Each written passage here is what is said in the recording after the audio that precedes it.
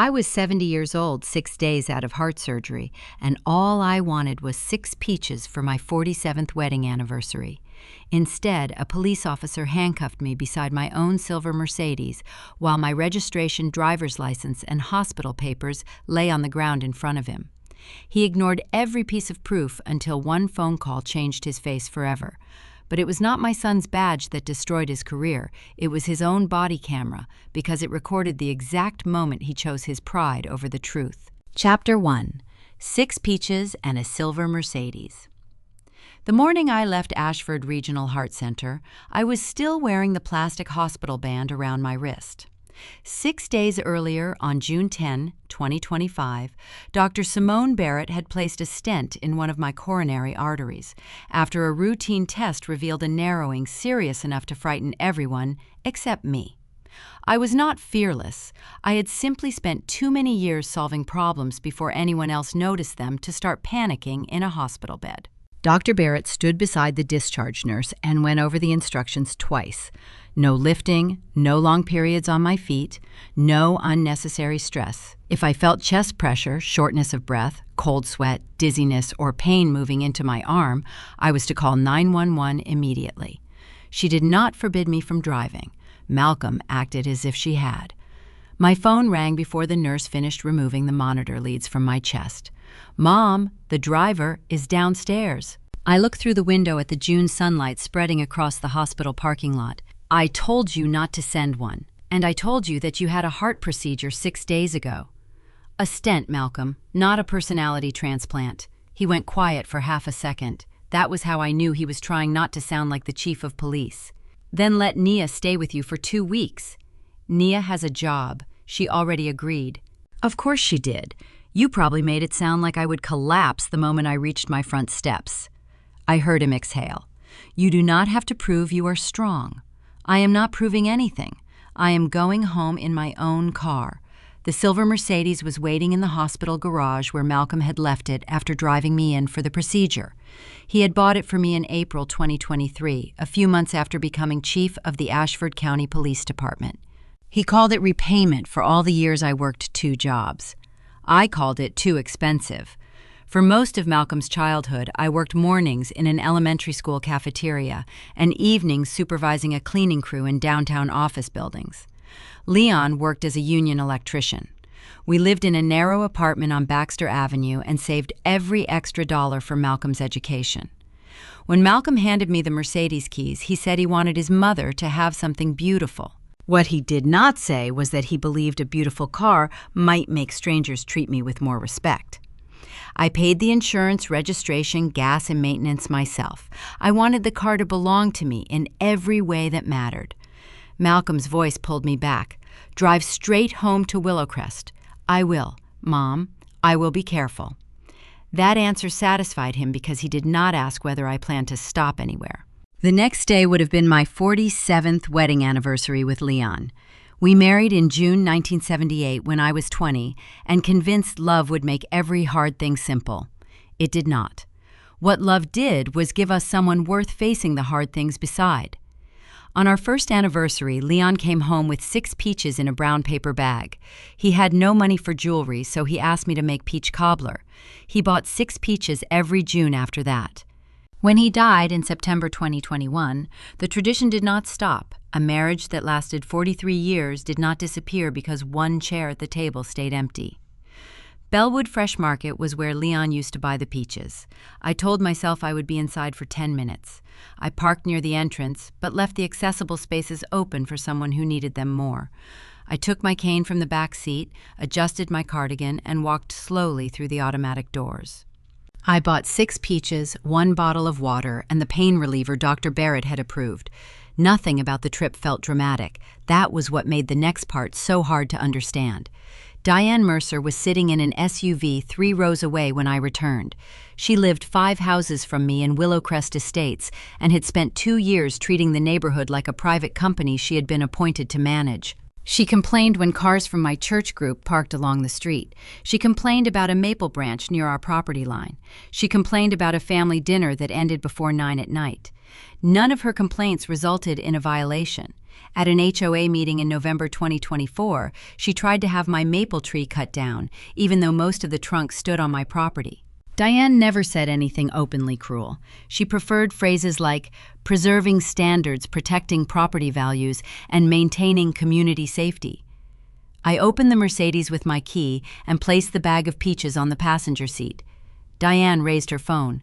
I saw her take a picture, but I assumed she was photographing something behind me. Later I learned she posted the image in the Willowcrest Watch group. She wrote that a woman was behaving suspiciously around a Mercedes. Someone asked whether I might be the owner. Diane replied that I did not look like the kind of person who owned a car like that. At 12:16 p.m., she called 911. She said an older woman was going through a silver Mercedes and holding a metal object. The dispatcher asked whether she could see a weapon. Diane first said she was not sure. Then she called it a possible weapon. The metal object was my key. Officer Ethan Rusk arrived while I was arranging the water bottle beside the peaches. He stopped several yards away, with one hand near his holster. "Ma'am, keep both hands where I can see them." I froze, then slowly raised them. "This is my car. Put the keys on the ground." I lowered them carefully and stepped back. He asked my name. "Odessa May Whitaker. Do you have identification?" "My driver's license and registration are in my purse." "Do not reach for the bag." I nodded.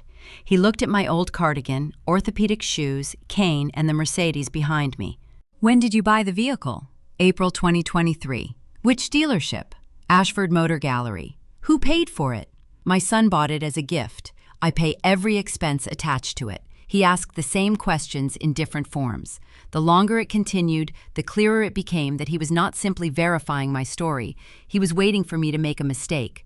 "Run the license plate," I said. "My name will come back." He walked toward the rear of the car and read the plate from an angle. One character was the letter G. He called it the number 6. Dispatch returned no match. His expression hardened. "I think you read one character wrong. Do not tell me how to do my job." A delivery driver standing near the store entrance had started recording. I later learned his name was Jonah Ellis. A second patrol car arrived. Officer Avery Collins stepped out and looked at me more carefully than Ethan had. Her eyes moved from my hospital band to my cane, then to the prescription bottle visible at the top of my purse. "Ma'am, are you injured?" "I had a cardiac stent placed on June 10. I am not supposed to stand for long periods." Avery looked at Ethan. "Maybe we can let her sit while we verify. The call mentioned a possible weapon," he said. "I was holding a car key. That has not been confirmed." My shoulder had begun to ache from keeping both hands raised. I asked again whether Avery could read the plate. Ethan ignored the request. Then he pointed at my cane. "Set that down." I lowered it carefully. He used his shoe to push it away from me. The cane rolled beneath the SUV parked beside the Mercedes. Without it, my balance shifted. I caught myself against the hood of my car, and a sharp line of pain traveled from my left shoulder into my arm. Jonah called from a safe distance. "She has a hospital bracelet. Just check the plate again." Ethan turned toward him. "Stay back and stop interfering." I looked through the passenger window. The 6 peaches sat inside the brown paper bag, ordinary and untouched, exactly where I had placed them. When I turned back, Ethan was reaching behind his belt. I heard the metal click before I fully understood what he had taken out. "My registration is in my purse," I said. "My license has my photograph. Everything will match." He opened the handcuffs. "I will decide what matches after you are under control." The sound of the metal closing around empty air was small, but in that moment I understood this was no longer a routine attempt to identify the owner of a car. Chapter 2. The plate came back in my name. Ethan told me to turn around and place both hands behind my back. My left shoulder was already throbbing from catching myself against the hood. "I cannot pull my arms that far," I said. "I had a cardiac procedure 6 days ago." Avery looked at him. "We can let her sit while we wait for the plate," she said, "or cuff her in front if you think detention is necessary." Ethan did not look at me when he answered. "I have 7 years on patrol. I am the senior officer on this scene." Avery's mouth tightened. Then she stepped back. That was the first time I saw the pattern clearly. She knew something was wrong, but before making any decision, she checked Ethan's face to see whether he would allow it. He took my right wrist and pulled it behind me. Pain shot through my shoulder. "Slow down," I said. "Bring the other hand back. I cannot move it that fast." He caught my left wrist and forced it toward the first. The cuffs closed with 2 hard clicks. The metal pressed directly into my skin. "My hands are going numb. Stop moving." I was not trying to escape. I was shifting because my shoulder felt as though something inside it had been pulled too tight. Ethan tightened his grip on my arm. "Stop resisting," Jonah's voice came from behind the line of parked cars. "She is not resisting. I have the whole thing on video." More people had stopped near the entrance. Some held phones, others stood with shopping carts between them and the patrol cars. I could feel their attention against my back. There are humiliations that happen in private where you can close a door afterward and pretend no one saw. This was not one of them. A woman stepped out of Bellwood Fresh Market carrying a reusable grocery bag. I recognized Heather Mills from Willowcrest Estates. "Odessa," she said. "What is happening?" She looked from me to Avery. "I live in the same neighborhood. That Mercedes is always in her driveway. Diane knows exactly who she is." Ethan turned his head. Knowing someone from the neighborhood does not establish legal ownership. At that moment, the strap of my purse slipped down my arm. The bag hit the pavement and opened. My medication bottle rolled toward Avery's shoe. My discharge papers unfolded beside it. My wallet landed half open, and the corner of my driver's license showed through the clear sleeve. The registration slid across the asphalt. Jonah moved his camera closer without crossing the distance Ethan had ordered him to keep. "The name says Odessa May Whitaker," he called out. Avery bent toward the paper. "Leave it where it is," Ethan said. She stopped. "It could have come from the vehicle." "Then take my license from the wallet," I said. "Look at the photograph. We have not cleared the bag." My purse was small enough to fit under one arm. The medication bottle, discharge packet, and wallet were already on the ground in plain sight. The registration lifted in a gust of warm air and slid partly beneath the Mercedes. Ethan started guiding me toward the patrol car. Avery walked behind the Mercedes and looked down at the plate. "Let me run it again," she said. This time she read each character slowly. I heard her repeat the letter G where Ethan had called it a 6. The radio crackled while Ethan continued pulling me forward. "I need my cane." "We will get it later. I cannot walk without it." "You are walking now." I took one step, then another.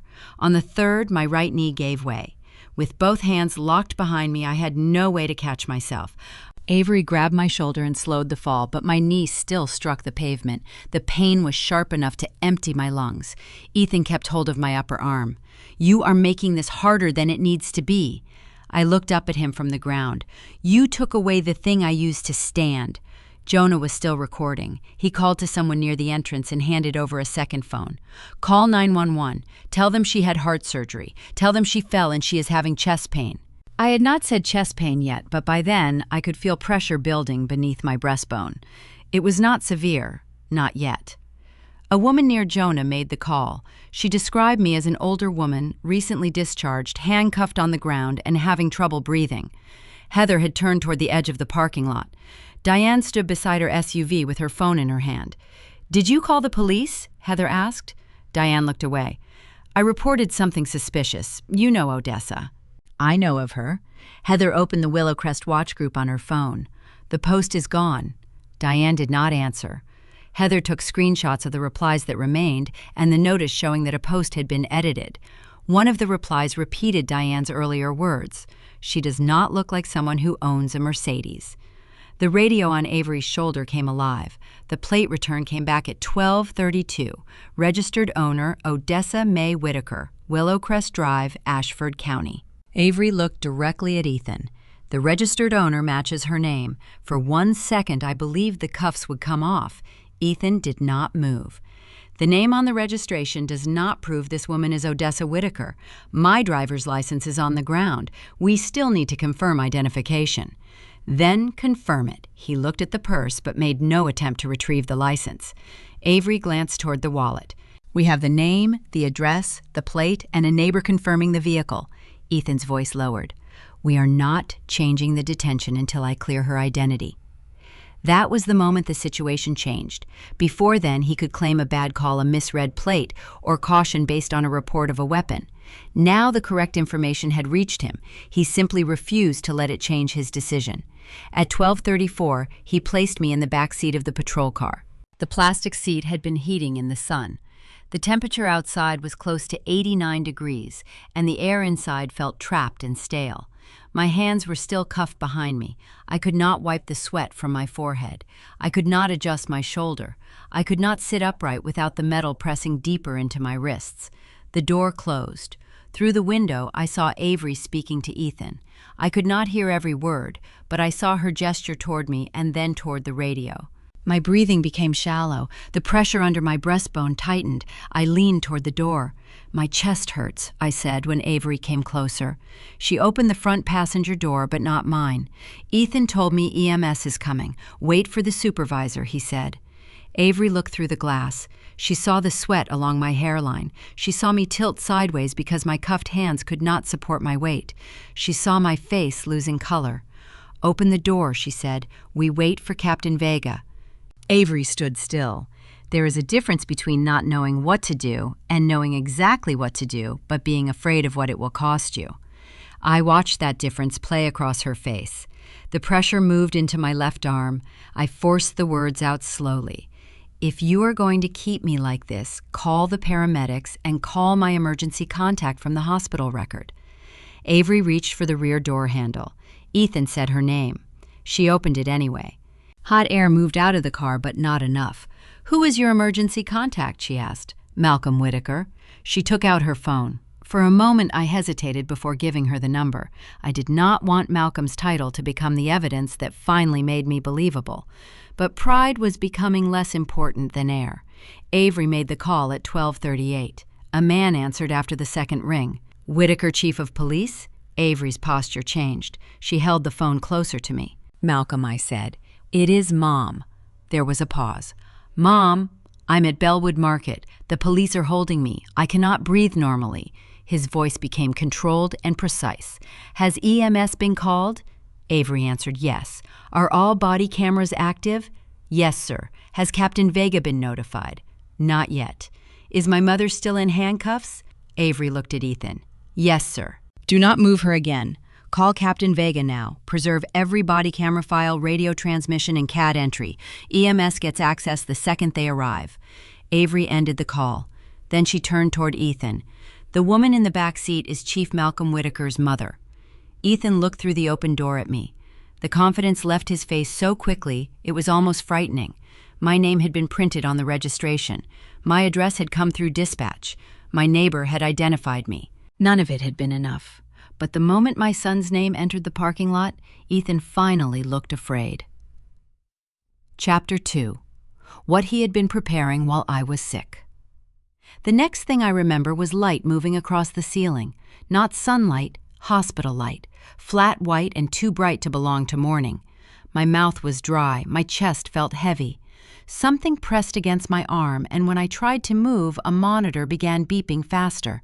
A nurse leaned over me. "Odette, stay still. You are at New York Presbyterian. You are safe. Safe." The word did not settle easily. Dr. Priya Desai came in a few minutes later. She looked more tired than I had ever seen her. "You were in adrenal crisis," she said. "Your blood pressure was dangerously low. You were severely dehydrated and your electrolytes were unstable." "How long was I unconscious?" "Several hours. The emergency team gave you IV hydrocortisone before transport." She paused. "Your injection kit was not found in the bedroom." I closed my eyes. Dorian took it. Priya did not soften the truth. If FDNY had reached you a few hours later, we could be discussing circulatory collapse, a serious arrhythmia, or permanent organ damage. I had spent years sitting through financial forecasts involving millions of dollars without flinching. That sentence frightened me more than any number ever had. My mother arrived wearing a winter coat over what looked like pajama pants. Evelyn Langford had spent years teaching injured patients how to trust their bodies again, but when she saw me, she looked like she had forgotten every professional skill she had ever learned. She took my hand carefully. "I should have called sooner," I whispered. "You do not need to explain anything tonight," she said. "The only thing you need to do is live." My father stood near the window. Graham Langford had always filled a room without trying. That night he kept his distance as though moving too close might feel like another man deciding what happened to me. "I am sorry," I said. "We can talk about the last 7 years later," he said. "When you are strong enough to decide what you want our relationship to become." No lecture, no reminder that he had distrusted Dorian from the beginning. That mercy hurt almost as much as the betrayal. Rachel Boone arrived before noon. She was a former Manhattan prosecutor with a calm voice and no interest in dramatic promises.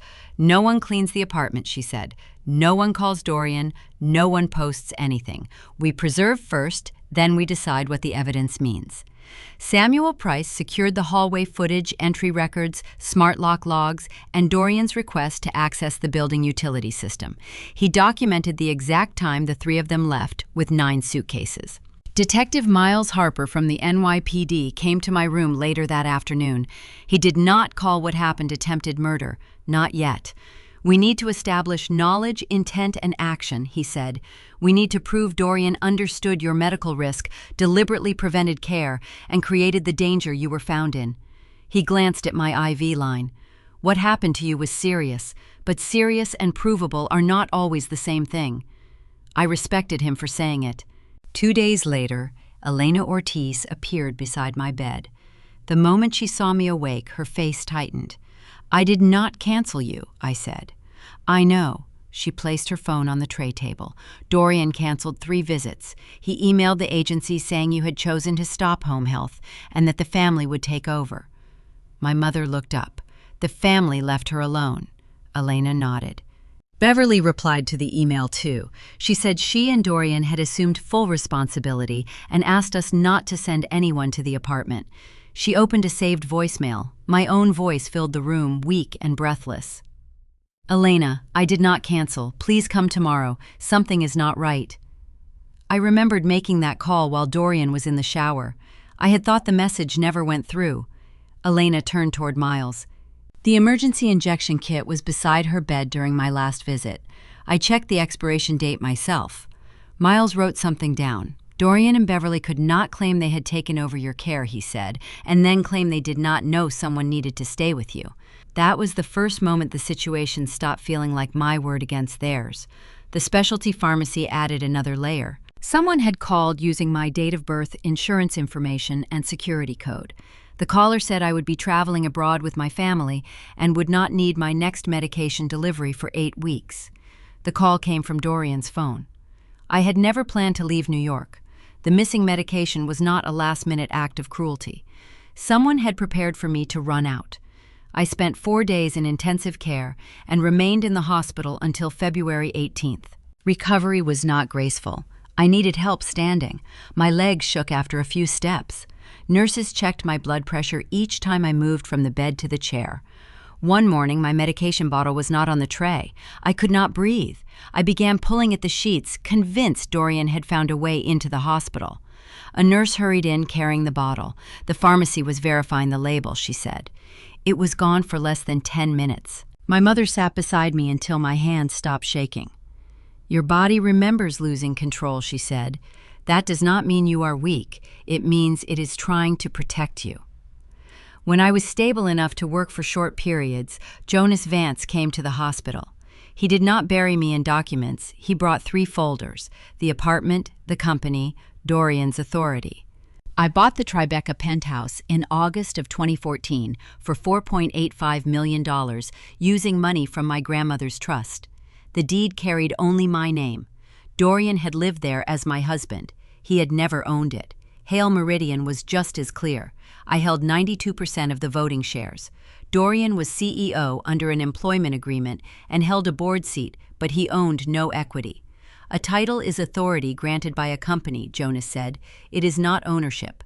I had known that in theory. Hearing it from a hospital bed made me realize how thoroughly Dorian had trained everyone, including me, to speak as though Hale Meridian belonged to him.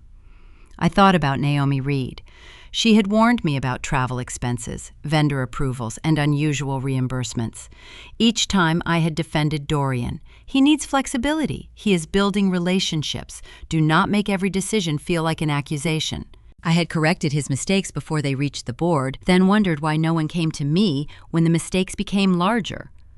My mother listened without interrupting. Trusting him was not a crime, she said, but if you keep denying what the evidence shows, you give him another chance to hurt you.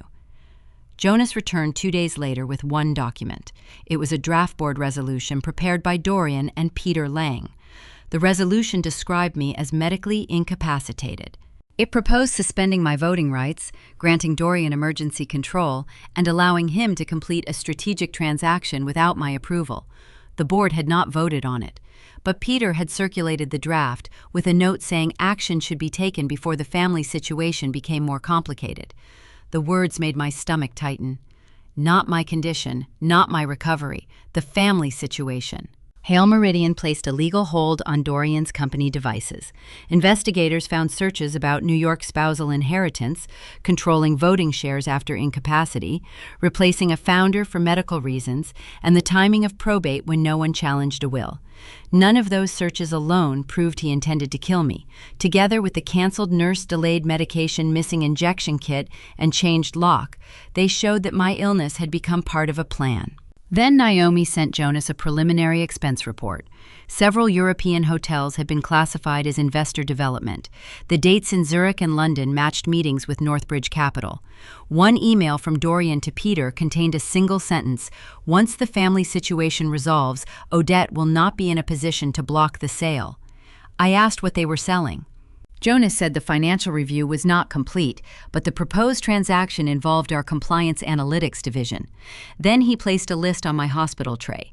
43 names: engineers, analysts, project managers, people who had built Hale Meridian before Dorian learned how to pronounce half of our technical terms. Under the proposed deal, almost every position on that list would disappear. Dorian had not only expected my silence to give him the apartment and the company, he intended to turn my absence into a personal reward and pay for it with the futures of 43 families. Chapter 3. When he called me Mom. The ambulance arrived before anyone had time to decide what to do with the fear on Ethan's face. 2 paramedics crossed the parking lot with a stretcher and medical bags. The man leading them introduced himself as Garrett Lowe, though I barely heard him over the pounding in my chest. He opened the rear door and stopped. His eyes moved from my hospital band to the handcuffs behind my back, then to the blood gathering along my right wrist. Why is a cardiac patient restrained in the back of a hot vehicle? Ethan stepped closer. She is being detained in connection with a possible vehicle theft and a possible weapon, Avery spoke before he could continue. No weapon was found. The plate came back registered to Odessa Whitaker, and the registration on the ground has the same name. Garrett looked at Ethan. Then take the cuffs off so I can assess her. We are waiting for the watch commander. You can wait after I make sure she is not having a heart attack. Ethan still did not reach for the key. Garrett leaned toward me. Odessa, can you tell me where the pain is? Center of my chest. It moved into my left arm. Any dizziness? Yes. Shortness of breath? I nodded. Garrett turned again. These cuffs need to come off now. A patrol SUV pulled in behind the ambulance. Captain Marisol Vega stepped out before the engine fully settled. She was a compact woman with gray threaded through her dark hair and a voice that did not need to rise to take control. "Who has command of this scene?" Ethan answered. "I do, Captain." "Not anymore." Avery gave her a fast summary. Possible stolen vehicle, possible weapon, no weapon found, registration visible, correct plate return, medical complaint, emergency contact notified. Captain Vega looked through the open door at me. "Remove the cuffs." Ethan hesitated. "Captain, we have not completed identity verification. The plate and registration match her name. EMS needs access. Remove them." The key finally entered the lock. When the metal opened, my arms did not move at first. My shoulders had stiffened around the position. Garrett guided them forward slowly. The skin on both wrists was dark red. A shallow tear ran along the right side where the cuff had cut through the surface. Garrett wrapped the wrist while another paramedic placed a blood pressure cuff on my arm. The machine beat. Garrett looked at the number and immediately checked it again. Her pressure is dangerously high. He attached leads to my chest and watched the portable monitor. Rhythm is irregular. We are giving oxygen and transporting. They helped me out of the patrol car and onto the edge of the stretcher. That was when Malcolm arrived. He came in one department vehicle with a driver and a lieutenant. No sirens, no convoy, just a black SUV stopping hard near the ambulance. The rear door opened. Malcolm stepped out, saw me, and froze. My purse was still open on the pavement. My medication bottle lay beside the Mercedes. The registration was half under the car. 3 of the peaches had rolled out of the paper bag. Then he saw my wrists. "Mom!" He ran toward me. For a moment he was not Chief Malcolm Whitaker. He was the boy who used to call me from school whenever he forgot his lunch. Certain I could fix anything if he said my name loudly enough. He dropped to one knee in front of the stretcher. "Do you know who I am? I know exactly who you are. Where do you hurt?" "My chest, my shoulder, my knee." "Can you breathe?" "Better with the oxygen." I looked down at his uniform trousers touching the pavement. "Stand up before you ruin those knees on this dirty ground." His face tightened. It was the kind of ordinary sentence a mother says to her child, and somehow it nearly broke him. He looked over his shoulder at Ethan. I placed my hand on Malcolm's arm. "Help me first." He turned back. "What does she need?" Garrett answered, without softening the language. "She has severe hypertension and irregular rhythm, signs of dehydration, and reported chest pain radiating into the left arm. She also has wrist injuries and trauma to the right knee. We are transporting now."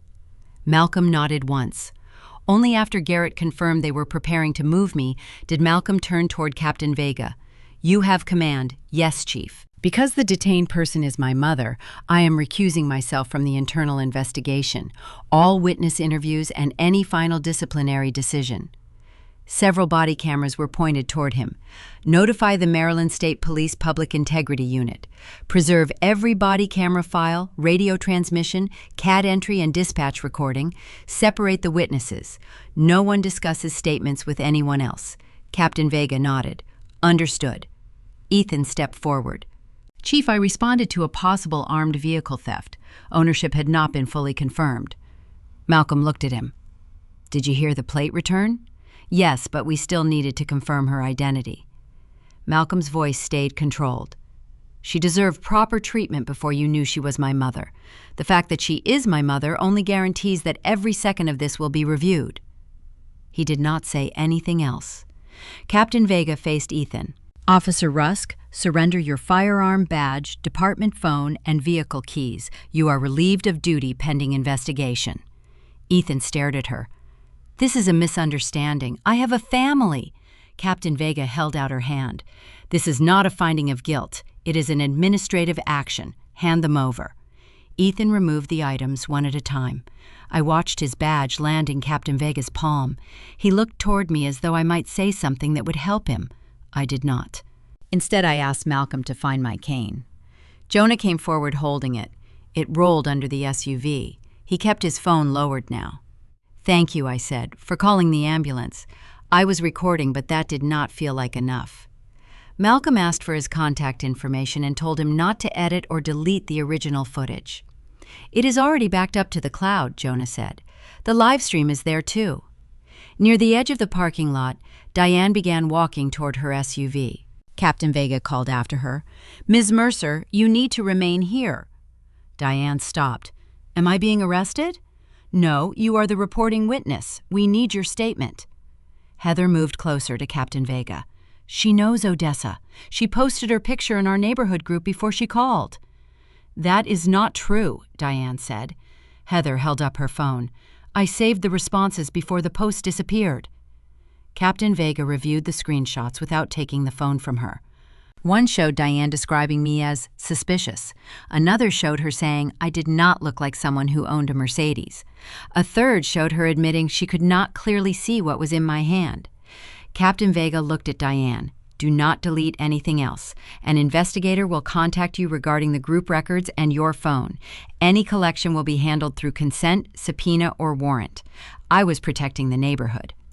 Heather stared at her. She was buying peaches. The paramedics raised the stretcher. Malcolm moved toward the ambulance. Captain Vega stopped him quietly. "I need your written recusal and an immediate command transfer before you leave." Malcolm looked at me. "I am coming as soon as I finish. Do your job correctly," I said. "Then come." The ambulance doors closed. As we pulled away, Garrett removed my old hospital band so he could place a new one without covering the torn skin. He cleaned my wrist and wrapped it in white gauze. Through the rear window, I saw Malcolm standing between the Mercedes and the patrol car, no longer looking like a son who could fix anything. He looked like a man realizing that his position had protected me only after the damage had already been done. At Ashford Regional Heart Center, Dr. Simone Barrett met the ambulance team in the emergency department. The tests showed no new heart attack, but the stress had caused cardiac strain and a hypertensive crisis. I was mildly dehydrated. My right knee was badly bruised, and both wrists had soft tissue injuries. Dr. Barrett ordered 3 nights of observation. Nia arrived before Malcolm. She did not tell me to be brave. She helped me change into a clean gown, turned off the flood of notifications on my phone, contacted a civil rights attorney recommended by a colleague, and sat beside me when closing my eyes brought back the sound of metal tightening around my wrists. Malcolm came after sunset. He stood near the window for several seconds before speaking. "This is why I asked you not to drive." The anger rose faster than my heart rate had. "No. This is why an officer must check the evidence before deciding an older woman does not belong in her own car. You had a heart procedure 6 days ago, and Ethan's conduct does not make my independence the problem." Malcolm looked down. "I bought that Mercedes because I thought no one would look down on you if they saw you in something they respected. A car does not make people see me." He looked toward the bandages on my wrists. "If the system allows them to ignore registration identification and a medical emergency, no gift you buy can protect me." He sat beside the bed. For once, he did not argue. The next afternoon, Detective Naomi Grant from the Maryland State Police Public Integrity Unit came to my room. She explained that her team had secured the plate return timestamp, both body cameras, the radio traffic, the dispatch record, the CAD log, Jonah's footage, my documents, and the medical reports. Then she placed a folder on the tray table. Officer Russ completed preliminary notes before Captain Vega relieved him. "What did he write?" "He stated that you repeatedly pulled away and that officers could not confirm vehicle ownership before your medical distress began." I looked at her. "The plate came back before they put me in the car." "Yes, and I moved because he was hurting my shoulder. That may be visible on the video." Naomi closed the folder. "If the footage confirms that he heard the plate return and then wrote that ownership was not confirmed, this investigation may extend beyond improper force. It may involve official dishonesty and falsification of an official report." For the first time since the parking lot, I understood that Ethan's career would not end because my son was chief. It might end because Ethan's own camera and his own report preserved exactly what he had chosen to ignore. Chapter 4. They wanted my silence in writing. By the time I left the hospital 3 days later, millions of strangers had already decided what had happened to me. Jonah's full video reached nearly 6 million views within 48 hours. By the end of the week, more than 10 million people had watched some version of the parking lot. Some saw the entire recording. They saw me place the keys on the ground. They saw Ethan take away my cane. They heard the plate return in my name. They watched Avery open the patrol car door after I said I could not breathe. Others saw a clip that lasted less than 20 seconds. In that version, Ethan said, "Stop resisting," and the video ended before anyone could see that I had only moved because he was pulling my injured shoulder behind me. One group called it racial profiling. Another said everyone should wait for the body cam footage. Some people insisted I had only been rescued because my son was chief. Others accused Malcolm of protecting me with his position, even though he had formally removed himself from the investigation before I reached the hospital. Everyone had a version. Very few people asked whether I wanted to become a public argument. When Nia drove me home to Willowcrest Estates, 2 news vans were parked near the entrance. A reporter stood across from my driveway holding a microphone. I kept my face turned toward the passenger window. Inside the garage, the silver Mercedes waited exactly where Malcolm had left it. I stopped walking. Nia followed my eyes. "You do not have to go near it today." "I know." She closed the garage door before helping me inside. For the first week, ordinary sounds became warnings. A siren several streets away made me drop a glass of water. The click of the deadbolt behind me sounded too much like handcuffs closing. I woke with both arms pressed against my sides, afraid to move them behind me. On the morning of what would have been my anniversary, I stood in the kitchen long enough to place 6 peaches on the counter. Then my knee began to ache and the pressure in my chest returned. I sat down before I could make the cobbler. Nia did not tell me I was strong. She organized my medication by day, warmed soup, and changed the bandage on my wrist without pretending the injury was smaller than it was. Malcolm sent a patrol car past the house twice each night. On the 3rd evening, I called him. "Stop sending officers past my home. They are checking the area. They are making me feel watched. There are reporters outside." "I know. I can see them." He went quiet. "I thought it would make you feel safer." "It does not." The patrol car did not return. That was the first time Malcolm responded to what I needed instead of deciding what safety should look like for me. The interview requests kept coming. Morning shows wanted me live from New York. A cable network offered to fly me to Washington. A documentary producer promised to tell my story with sensitivity. I declined all of them. I did not want to sit beneath studio lights while someone replayed the worst 30 minutes of my life between commercial breaks. I wanted the original footage preserved.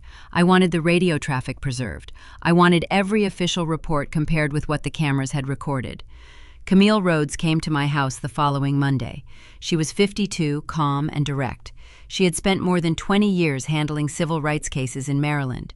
She sat across from me at the dining room table. Leon had refinished himself. "There are several possible civil claims," she said. "Unlawful detention, excessive force delayed medical care, and potentially constitutional claims.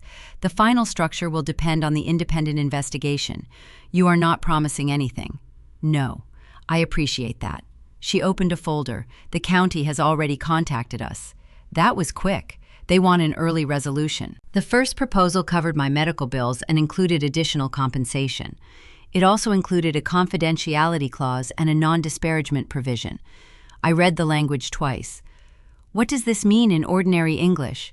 Camille folded her hands.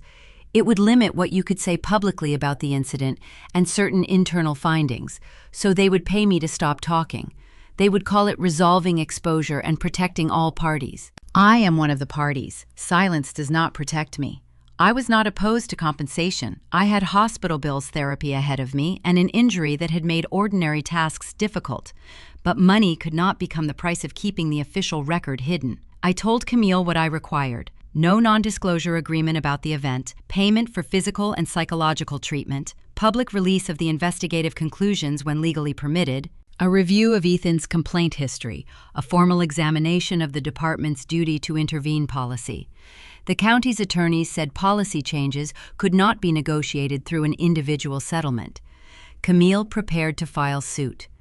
While that was happening, Avery Collins was placed on administrative leave. Her attorney contacted Camille and requested a formal interview. Avery did not come to my house asking for forgiveness. She gave her sworn statement in a conference room with lawyers and an investigator present. I attended remotely. Avery confirmed that she had read the plate correctly. She confirmed dispatch identified me as the registered owner. She confirmed Ethan heard the return. She also admitted that I reported chest pain at least twice before she opened the patrol car. The investigator asked why she had waited. Avery looked down at her hands. 3 months earlier, I reported another officer for the way he spoke to a homeless man. My supervisor told me I needed to learn loyalty and team judgment. Was Officer Rusk involved in that complaint? No, but he was my field training officer. He helped me through probation. I thought if I challenged him in front of everyone, my career was over. I leaned toward the screen. You had a badge, a radio, and the key to those cuffs. Avery looked at me. Yes, ma'am. I had my name and my paperwork on the ground. Yes. She did not make excuses after that. I should have called EMS sooner. I should have opened the door sooner. I will not lie to save my job. Her testimony became important because it confirmed something Ethan's report denied. He had heard the plate return before he put me in the patrol car. A week later, Camille received a call from Bernice Lawson. Bernice was 65, a retired nurse. In August 2024, Ethan had stopped her while she was driving a luxury SUV rented by her daughter. He held her on the roadside for 38 minutes because he did not believe the rental agreement. There had been no serious force and no civilian video. Bernice filed a complaint. The department closed it with a finding that Ethan had acted within his discretion. I did not appeal. Bernice told me when we spoke. I thought his report would always matter more than my memory. Naomi Grant reviewed Ethan's history. She found Bernice's complaint, a 2023 allegation involving cuffs that were too tight, and another complaint about an unnecessarily long detention. None of those complaints alone proved misconduct. Together, they showed that supervisors had seen warning signs and never examined whether they formed a pattern. The evidence against Diane developed separately. Heather Mills and Margaret Sloan gave investigators HOA emails where Diane referred to me by my full name. They produced 3 complaints she had filed between 2023 and 2025. The restored group messages showed she knew exactly who I was before calling 911. The emergency recording showed the dispatcher repeatedly asking whether she had actually seen a weapon. Each time Diane became more certain, even though her own messages admitted she could not clearly see what I was holding. Tessa Monroe, a special prosecutor from a neighboring county, was assigned to review both Ethan's conduct and Diane's report. That kept Malcolm and the local prosecutor's office outside the charging decisions. The county returned with a second settlement offer, $610,000. The money was real enough to make refusal difficult. It could cover every medical bill, repair the house, and protect my retirement. But the non-disclosure agreement remained. There was still no commitment to release the disciplinary findings. Malcolm came over that evening. "You could stay with me until the reporters leave. I am staying here. Then use a driver for a while. I am not ready to drive yet." He opened his mouth, expecting an argument. I continued, "I need time. I do not need permission." Malcolm nodded. "What do you need this week?" It was the first time he asked the question without already deciding the answer. "I need groceries, and I need you to stop reading comments about me online. I can do one of those." Despite everything, I laughed. The next morning, I told Camille to reject the offer. "I am not refusing compensation," I said. "I am refusing silence." She began preparing for the public hearing. That afternoon, Naomi called her with a new finding. Ethan had disabled the microphone on his own body camera for 47 seconds. Avery's microphone had remained active. When investigators synchronized both camera files, they heard Ethan speaking to her immediately after the correct plate return. His voice was low but clear. "If we take the cuffs off now, everyone in this parking lot will know I was wrong." The sentence removed the last excuse. He had understood the evidence. He had understood what it meant. He had kept me restrained because admitting the truth in front of the crowd mattered more to him than my health. I told Camille I wanted that recording played at the public hearing. I was no longer willing to let the case end with a private check and a sealed file. The county would have to explain why one officer's pride had been allowed to outweigh a registered owner, a medical emergency, and the truth already coming through his radio. Chapter 5. The Record Did Not Forget. The public hearing took place at Ashford County Civic Hall in October 2025. Camille sat beside me at the front table. Nia and Jonah were behind us. Malcolm chose a seat several rows back. He wore his uniform, but he did not sit beside me, speak for me, or use his position to shape the room. That mattered. I was not there as the chief's mother. I was there as Odessa Whitaker. Commissioner Richard Halpern opened the discussion by saying any reform had to preserve officer safety. He argued that officers could not verify every detail before controlling a potentially dangerous situation. He warned that supervisor reviews and civilian oversight would increase costs and slow decisions in the field. A police union representative repeated that Ethan had responded to a report of a possible stolen vehicle and a possible weapon. Then he played a short video clip. In it, Ethan's voice said, "Stop resisting." The clip ended there. Camille leaned toward the microphone. "Please play the full recording." The room went quiet. The complete footage showed me explaining that I had received a cardiac stent 6 days earlier. It showed me saying I could not move my arms quickly because my shoulder hurt. It showed Ethan pulling my wrists behind me. I did not strike him. I did not push him. I did not run. The movement he described as resistance was my body reacting to pain. Jonah confirmed that his original video had been stored automatically and had not been altered. The short clip had made me look difficult. The full record made it clear who had been unwilling to adjust. Avery testified next. She looked younger without the patrol car and radio beside her. She confirmed that she read my plate correctly at 12:30. She confirmed that dispatch identified Odessa Whitaker as the registered owner at 12:32. She confirmed that Ethan heard the return. She confirmed that my registration carried the same name and that I reported chest pain before being placed in the patrol car. Then she admitted the part that cost her the most. I did not intervene soon enough. One commissioner asked whether she had been afraid of violating the chain of command. Avery said she had been afraid of Ethan, afraid of her supervisor, and afraid of losing the career she had just begun. Then she said fear did not remove her responsibility. A duty to intervene policy means nothing if silence has no consequence. When my turn came, Camille placed the registration on the table. Beside it were a copy of my hospital band photographs of my wrists and a brown paper bag holding 6 peaches. I did not explain every year Leon had brought them home. I only said I had gone to Bellwood Fresh Market to buy something ordinary for my wedding anniversary. I told the board I understood why an officer might approach carefully after hearing the words possible weapon. What frightened me was not Ethan's caution at the beginning. It was what happened after the facts changed. No weapon was found. The registration carried my name. The plate returned to my address. A neighbor recognized me. I reported chest pain. He still needed a more powerful name before he changed his behavior. Not everyone has a Malcolm to call. I looked toward Commissioner Halpern. No policy should require an officer to ignore danger. It should require an officer to reconsider a conclusion when the evidence no longer supports it. The interim rules had already been in place since July. In November, the county approved the permanent Holloway standard. The final policy required officers to intervene when a colleague delayed necessary medical care or used unreasonable force.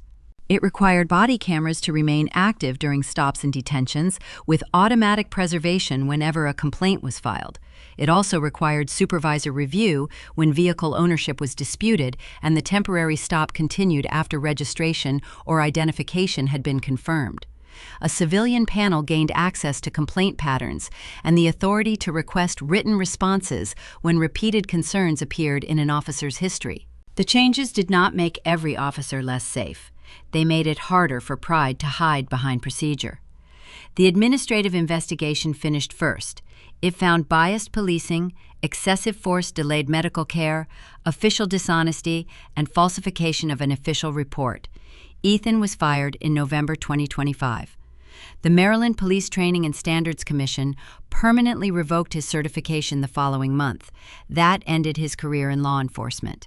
The criminal case was separate. Tessa Monroe handled it without Malcolm or the local prosecutor's office directing the decision. Ethan accepted a plea agreement involving misdemeanor misconduct in office and a misdemeanor assault charge. He received 18 months of probation, 180 hours of community service, and a permanent prohibition against working in law enforcement. He did not receive a dramatic prison sentence. He lost the authority he had protected at my expense. After the plea was complete, Ethan requested a restorative justice meeting. I refused the first request. In March 2026, I agreed to one meeting with a trained facilitator present. Ethan said he panicked when he learned I was the chief's mother. That is the problem, I told him. You did not panic when I was bleeding. You panicked when you discovered I was connected to someone powerful. He said he was sorry. I told him I had not come to make him feel forgiven. Remorse only matters when you accept the consequences without asking the person you hurt to carry your guilt. I left before the meeting became a story about his redemption. Avery received a 12-day unpaid suspension, 1 year of internal probation, and mandatory duty to intervene training. She was not fired because she eventually opened the car, called EMS, preserved evidence, and testified truthfully. She was also not treated as a hero. When she later spoke to recruits, she always began by saying she had waited too long. Diane's case was built from the 911 recording the neighborhood group, the HOA emails, and Heather's screenshots. The evidence showed she knew who I was and made the possible weapon claim more certain each time the dispatcher questioned her. She accepted responsibility for providing false information to emergency services. She received 12 months of probation, 120 hours of community service, a $4,000 fine, and a 2-year no harassment order. Willowcrest removed her from the HOA committee. The same group chat she used to make me suspicious became the clearest record of what she already knew. Diane sold her house in the spring of 2026. The move was not part of her sentence. It was what happened after a neighborhood stopped treating her accusations as public service. The civil settlement was finalized in February 2026. Ashford County agreed to pay $720,000 without requiring an NDA about the event. The amount covered medical expenses, damages, attorney fees, and counseling. It was not a criminal judgment and did not replace the independent findings. I used $80,000 to establish the Odessa Whitaker Legal Access Fund for older adults who needed advice after a detention or a complaint involving public officials. I did not become a full-time activist. I only wanted the next person to have somewhere to call, even if their child did not run a police department. Malcolm still watched whenever I picked up my car keys. The difference was that he stopped asking where I was going and stopped requesting my location every time I left the house. I learned to call him when I actually needed help without treating that call as surrender. On Leon's anniversary, Malcolm and I finally made the peach cobbler I had been unable to finish the year before. He admitted that buying the Mercedes had been a way to replace time he had not spent with me. I told him I needed a son at the dinner table more than I needed a police chief outside the door. After that, Sunday evenings belonged to us whenever there was no genuine emergency. In June 2026, I spoke to a class of new officers. I placed my registration on the desk in front of them. At what point do you stop trying to prove yourself right and start checking whether the person in front of you is telling the truth? I asked them to remember the name Odessa Whitaker, not simply the chief's mother. Avery stood near the back of the room. Afterward, I told her she had stayed silent too long. Next time, do not wait until someone nearly dies before you speak. Then I drove to Bellwood Fresh Market alone. Malcolm knew where I was going, but he did not follow. My hand trembled when I turned off the engine. The cane was beside me. My medicine was in my purse. The registration was in the glove compartment. I stepped out. There were no patrol cars, reporters, or raised phones. A store employee recognized me and said good afternoon the way she would have greeted any customer. I walked to the produce section and chose 6 peaches. On the way back, I passed the place where my knee had struck the pavement. I did not feel fearless. I kept walking anyway. I placed the paper bag on the passenger seat, started the Mercedes, and drove out of the parking lot with both hands steady on the wheel. This time, no one asked who owned the car. More importantly, I no longer needed anyone's permission to get inside it. If you had been standing in that parking lot, would you have only recorded, or would you have been the first person to call for help and speak up? Share your thoughts in the comments and stay with the channel for more stories about betrayal consequences and the moment the truth finally enters the record.